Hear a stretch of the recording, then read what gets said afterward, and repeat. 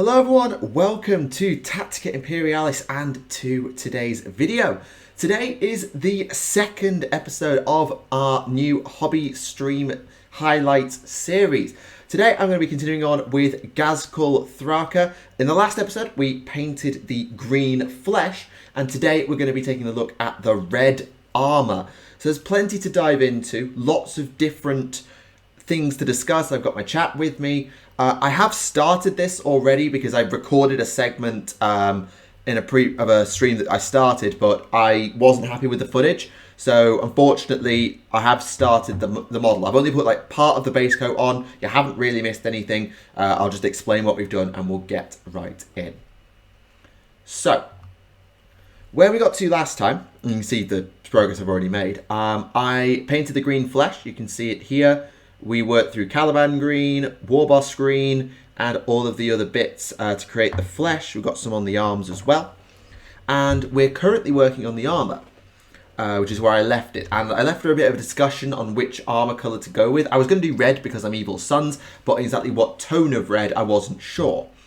The decision was made in the end to start from a base coat of Mephiston red, because most of my orcs work from a corn red base coat. I've actually got one of the new orc boys, this is their knob here, which I have painted with corn red and washed down.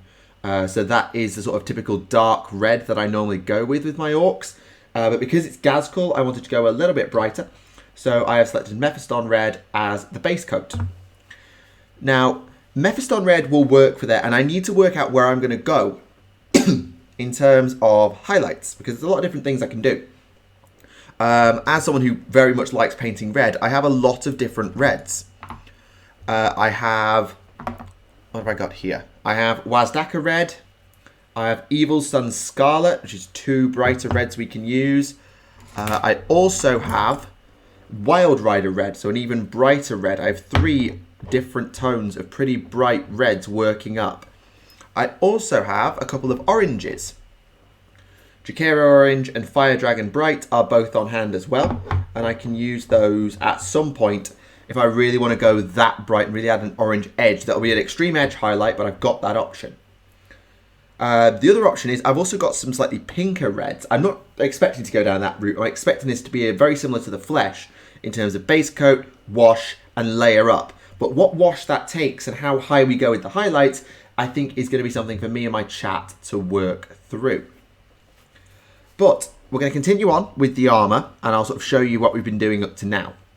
We have the main armour piece itself base coated. So you've got the chest, the legs, the feet, and all of these pieces here, which I've decided are going to be painted red. Now obviously not all of this will be visible in the final product. Some of it is hidden behind the power pack, as you can see here. Some of it will be hidden, but that gives us a base of what we're going to be working with. So what we're going to carry on with, I think I'm going to leave the backpack in silver for the most part, rather than red, just for a bit of colour contrast. I'll see how I go though. I'll come back to the power pack last. And we're going to sort out the iron gob, the gun, and the power claw first and foremost. We're going to start with the jaw, because it's nice and easy, because this is almost entirely going to be red. And we can just base coat this. I don't really mind about going over some of the bolting at this point. But I'm going to leave this little section here. Oh, sorry, out of shot. This bit here this is what plugs into Ghazghkull's body. That I'm going to leave grey so that I get a clean join later. So I'm leaving the teeth currently in grey. I think I'm going to paint them silver. Or possibly use the orange to paint them. But I'm not going to do them in the same red as the rest of it to give them some contrast. I am, however, going to need to paint the inside here because it isn't entirely covered when you look at the model from the outside. Now, I'm actually recording this, as it happens, on Warhammer Day. That was a slightly happy accident. I am recording this on Warhammer Day. And so we've just had the Warhammer Day preview stream. In fact, I'm doing this stream almost straight after that stream. And so we've got plenty to discuss, and I'll try and throw the images on screen as we go, and you can kind of consider this a Warhammer Day discussion at times as well. Probably the biggest model reveal of the day, of course, was Ghazghkull. And Ghazghkull is a very, very impressive model. I'll make sure that there's a picture of it on screen now. But now that we've got all the Primarchs, they didn't announce any books or anything like that, but they did hint at something still to come. They're not done with the Horus Heresy yet. They talked about the Storm coming. And we're not exactly clear. Sorry, I'm on screen. We're not exactly clear on what that means just yet. We do know that we're getting an Emperor model, and I'm looking forward to seeing them try to do that. But as for where they're fully going, I don't know. There's a lot of possible things, like a storm is coming is not exactly, or the storm is coming isn't very clear, because we've already had the Ruin Storm, so we've had that particular storm. And they could be referring to the Siege of Terror. They could be referring to the Scouring, maybe.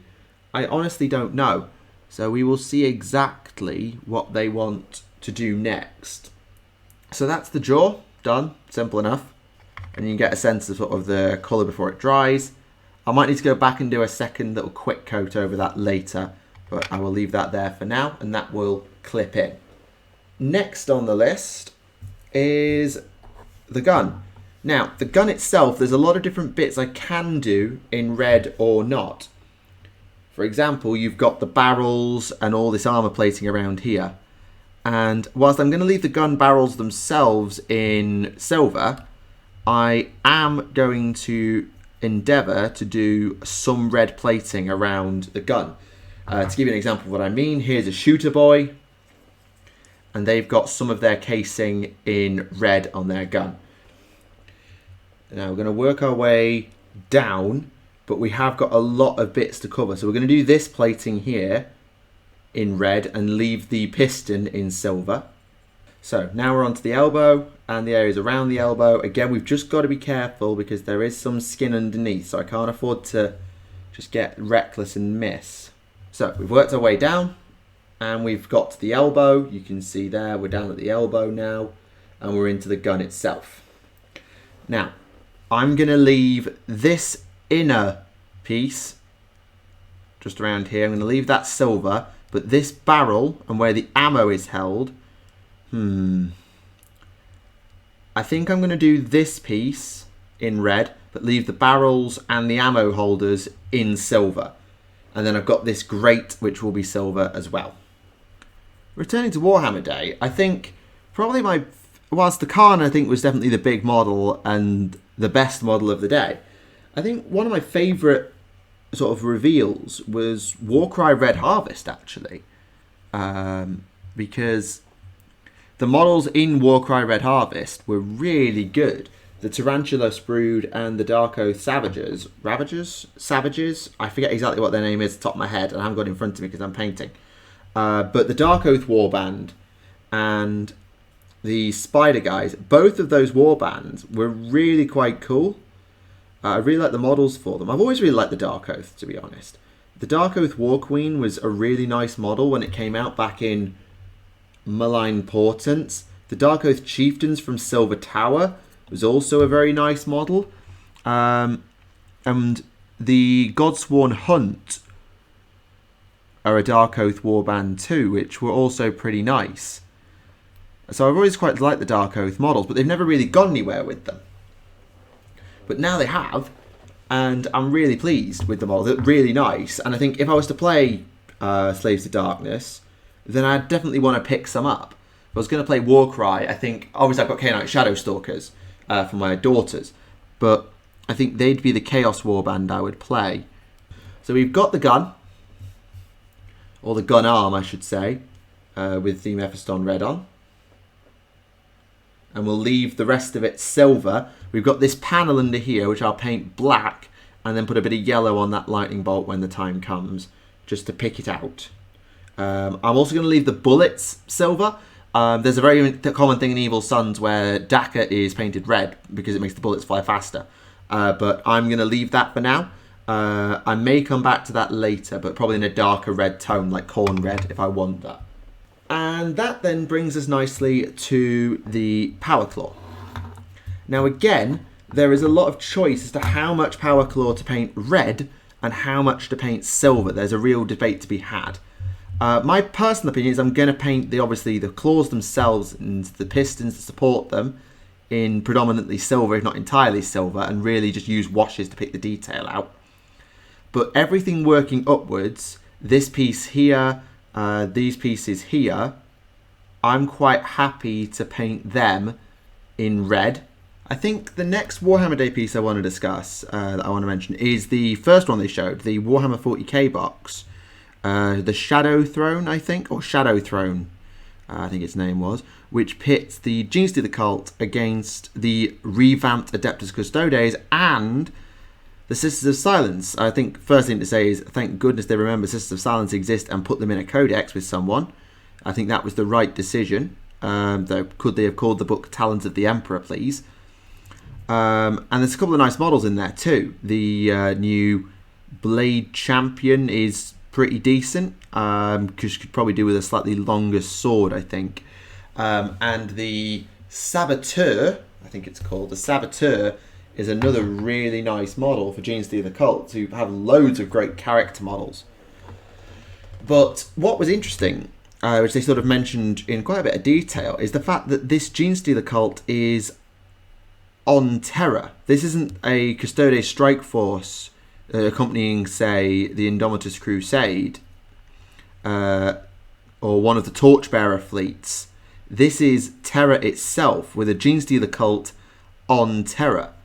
And I think we all knew that this could happen, because why wouldn't it happen? Eventually, the Hive Mind might just be able to do it. But it does lead to some potential repercussions. Might we see... We saw Guilliman go on a purge at the start of 8th edition. Terra was purged of Chaos Cult activity. I think it was... I forget its name. Was it like the Primarch's Wrath or something? I know it has a name. Where Guilliman and co went on a proper cult purge of Terra before the Indomitus Crusade. But Guilliman's now obviously long gone. And... well, we have a Genestealer cult on Terra now, which is unsurprising, but it does lead to some discussion. We know Hive Fleet Leviathan, one of its tendrils, one of its two main thrusts, there's the Eastern Fringe one, and there's the one that came from under the galaxy. And the one that came from under the galaxy has always appeared to be tracking toward Terra. That's been confirmed canon for a fair while, certainly since 5th edition, I think. They've been talking about Hive Fleet Leviathan having a tendril heading for Terra. Though the activity of a Genestealer cult suggests that that tendril might be closer than we realised. All the cult's been flushed out, one of the two.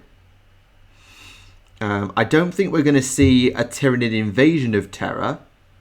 Or if we do, it certainly won't be for at least an edition, until 10th edition, because the Necrons and the Silent King are currently the big bad of the moment.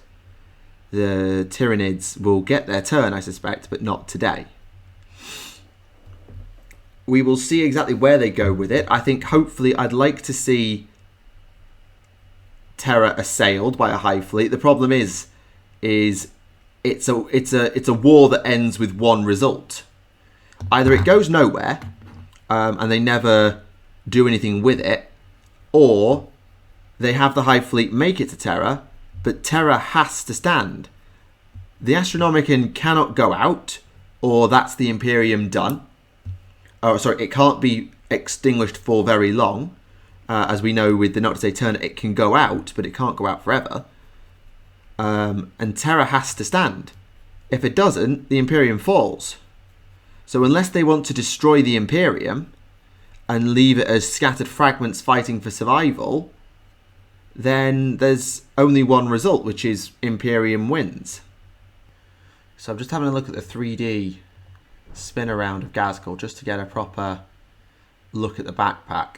So it looks like they actually do match up Ghazghkull as a power pack to his armour, which I'm fine with. So I think that's what I'm going to do, is I'm sort of going to try and stay consistent to GW's own internal rules about how to paint Ghazghkull. So if we put all that together for a minute, which we can, what does Ghazghkull look like now? So that's where we're at now. Like I said, that is just a base coat, but we've got a lot of the detail, a lot of the colour blocks done now. And now we get into a question, really. Because last time when we did the flesh, we washed it in the corresponding colour. So we washed the Caliban green with Coelia green shade, and then built the layers back up. Now my initial temptation is, rather than use Carroburg crimson, which would give us a deeper red, I want to use Nuln Oil. I'm going to go with the Nuln Oil wash. I've had to think about it, and I think Nuln Oil suits better. I haven't got a shade brush. I probably should get one, to be honest, just to speed this process up, but it shouldn't be too bad. Yeah, you can already see how much darker that looks. And the Nuln Oil really sits nicely in recesses. It's really good at it. And picking out the darker details for later. That means I don't have to highlight up. Right. So that does all the washes. I'm just going to have to leave those to dry in a bit of a stack for a bit, because unlike a base paint, shades take a bit of time to dry. So I'm just waiting for the wash to dry at the moment, and chat gave me a nice video to watch, a little mini wargaming red painting tutorial that they did a few years ago. And whilst they've done a different base layer to how I did it, they did corn blended with Mephiston over a couple of layers. They then proposed, once you've layered up, you edge highlight with Evil Sunz Scarlet, then use Carroburg Crimson as a glaze, and then exceptional edge highlights with Jaquero Orange. Now, I like this conceptually. They look pretty nice as a concept. I think I am not so sure about having a glaze in the middle. It's a nice idea, and it might help to tie the armour together, and I will see what it looks like after I do the Evil Sunz Scarlet. I might glaze sort of an out-of-the-way area, just see what it looks like. But I'm tempted to go Evil Sunz Scarlet, Jaquero Orange as 2 layers of edge highlight. So general edge highlight, extreme edge highlight. And then it just comes with layering, because I think those are both too sharp to put over Nuln Oil, just as an edge highlight to Nuln Oil wash Mephiston red. So I'm thinking either, like we did with the skin, going Mephiston red and relayering over most of the areas we've just painted, and then doing a highlight of Waaagh red, Evil Sunz Jaquero, or just skip that step, layer with Waaagh red, and then go into the 2 highlights with the possibility of glazing in the middle. So, had a chat with chat. We're going to go with Waaagh red as our layer paint. The glaze, I think we'll have a look at the glaze again when we do the Evil Sunz Scarlet, and we'll see, do we need to glaze it in? I think we'll need to have a look at it when we get there. So leave that to one side, but remember it's there, because I'm tempted to do it because I know it works, but I want to just see what it looks like when we get there. Now, like I was with the skin last episode, I'm going to be quite liberal with Waaagh red in terms of I'm mainly just looking to leave the darker areas, the sort of recesses. It's what I'm mainly looking to do. But Ghazghkull's armour, as you can see, is quite banged up. It's not exactly uniform in terms of what are raised areas or not. It's not flat at all. So how you choose to layer up your Ghazghkull, if you're working on a Ghazghkull as well, will possibly be different to how I choose to layer up mine, because you'll decide that certain things are raised areas and certain things aren't. You can see the difference already in this area to this area. You can already see the difference. You can see that I've basically let the brush guide me in terms of which bits I want layered up. I've let the brush do the work rather than digging loads of bits out myself, which has left some darker areas, absolutely, which we want. We don't want a uniform single colour, we want lots of different layers. And I've let the brush do the hard work. It's kind of like what you, similar to a technique called overbrushing. Now it's not overbrushing, because overbrushing is where you take most of the paint off and then it's like a dry brush with more paint, kinda. It's kind of like dry brushing with more paint that can be done without the need for a proper, dry brush that's designed to take that kind of punishment. It's not like that I'm doing. I'm just letting the brush find the recesses naturally. So that gets the central torso and legs done. I've covered most of the detailing, I think. And you can see we've built up the layer there. It's not absolutely the cleanest highlighting you'll ever see, but it's a layer highlight. It's there to cover over the raised areas, leave the recesses, and that's what that does.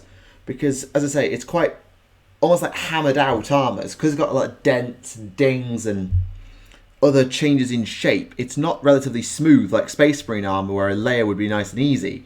So I've let the brush, like I said 100 times, the brush has done the work for me.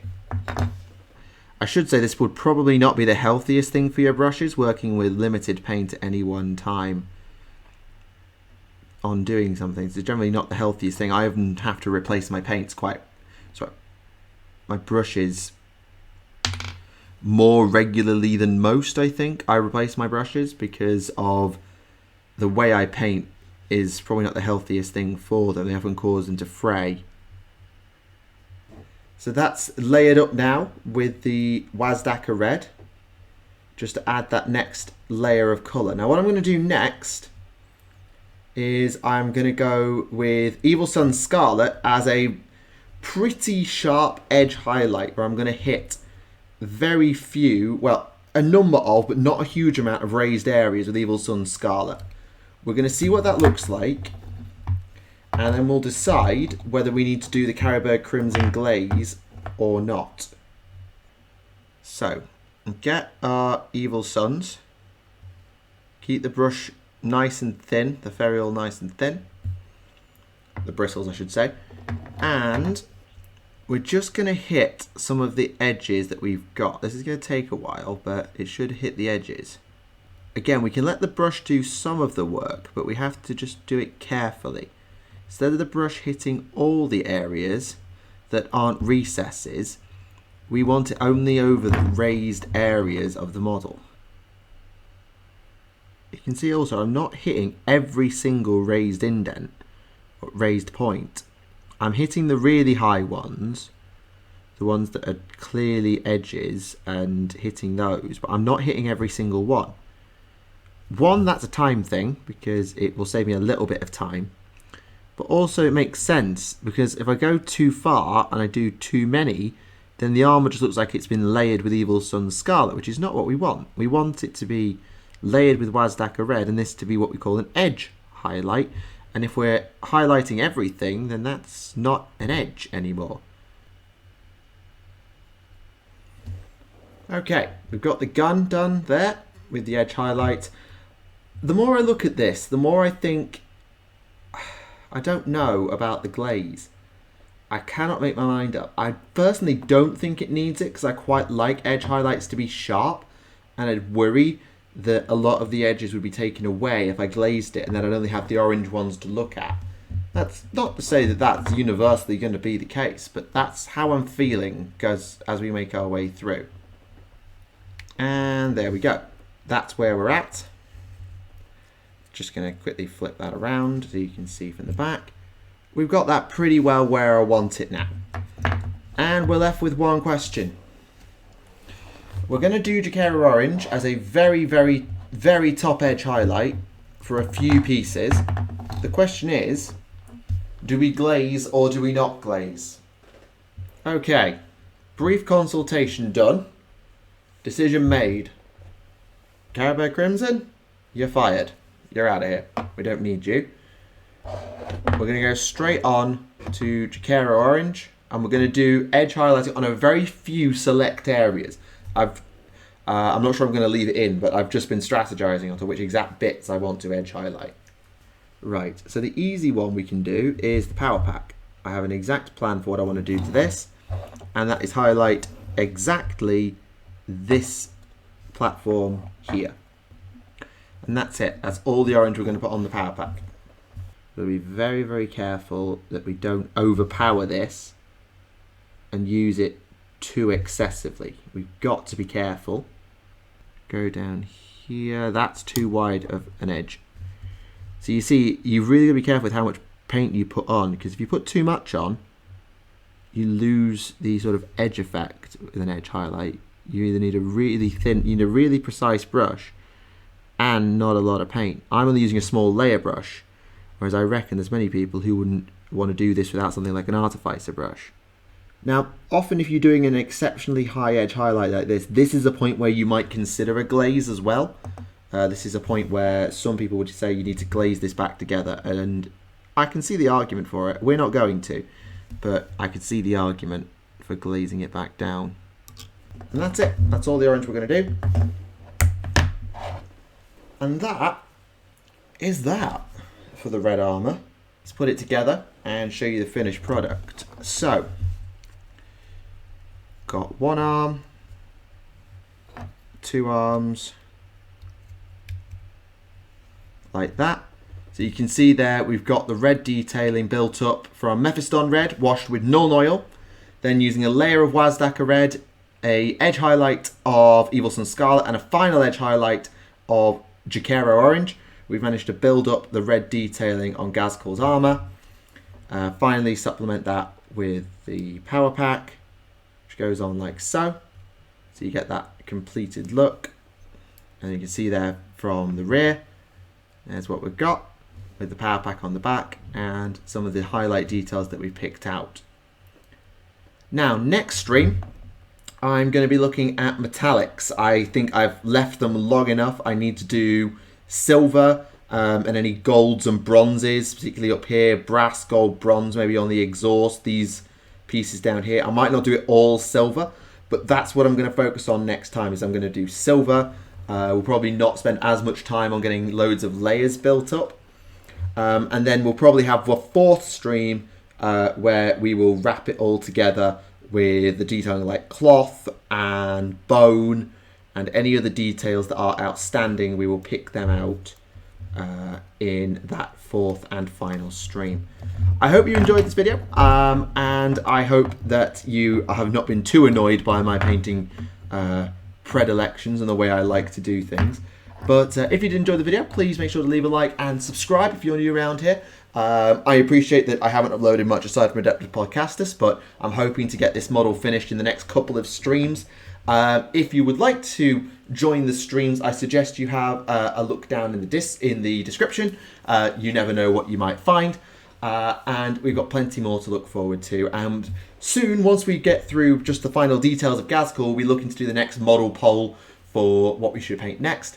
I'm thinking it'll be an Age of Sigmar project next, most likely. But I will put a poll together, and when it comes out, it will be in the community tab. So thank you very much. This has been Tactica Imperialis, and this has been part 2 of our Ghazghkull hobby project painting series. I'll see you all again. Bye for now.